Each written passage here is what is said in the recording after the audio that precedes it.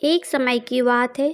किसी नगर में एक साहूकार के 3 बेटे और 3 बहुएं रहती थीं। साहूकार की सबसे छोटी बहू बहुत सुशील और संस्कारी थी। साथ ही वह भगवान कृष्ण की अनन्य भक्त थी। सावन के महीने में साहूकार की दोनों बहुएं रक्षाबंधन के त्योहार पर अपने अपने घर जाने की तैयारियां करने लगीं।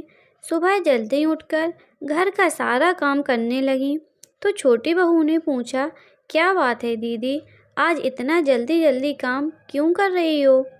तो उनकी जेठानियाँ बोलीं, कल रक्षाबंधन का त्योहार है, हम दोनों को अपने भाई को राखी बांधने अपने अपने घर जाना है। तेरा तो कोई भाई नहीं है, तू क्या जाने रक्षाबंधन का महत्व, भाई बहन के रिश्ते का महत्व। छोटी बहू को ये बात बहुत बुरी लगी और वह भगवान श्री कृष्ण के प्रतिमा के पास खड़ी होकर खूब रोई और बोली, यदि मेरा कोई भाई होता तो आज मैं भी अपने घर जाती।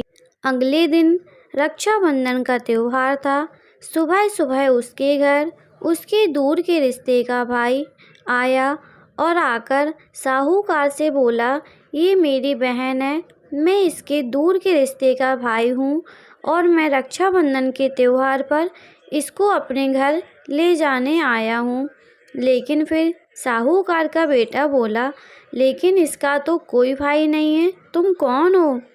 उसके समझाने पर साहूकार और उसका बेटा मान गया और छोटी बहू को उसके साथ भेजने के लिए तैयार हो गए। परंतु छोटी बहू के पति के मन में कुछ शंका थी। वो बोला, आप इसे ले तो जाइए, लेकिन इसे वापस लेने मैं खुद आऊँगा। ऐसा कहकर उसको उसके भाई के साथ भेज दिया।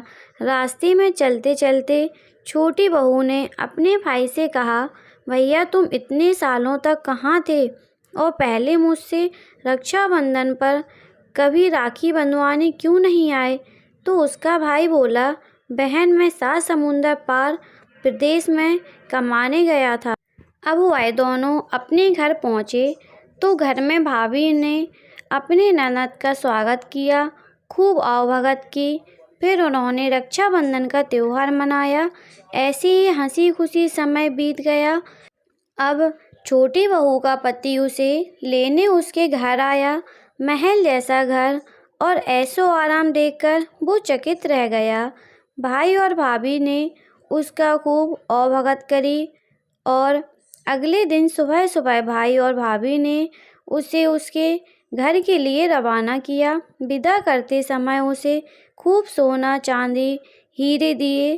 थोड़ी दूर जाने पर छोटी बहू का पति बोला, अरे मैं गलती से अपना कुर्ता वहीं भूल गया। तब वह बोली, कोई बात नहीं, अपना कुर्ता तो पुराना था, इतनी दूर वापस जाएंगे तो घर पहुंचते पहुंचते अंधेरा हो जाएगा।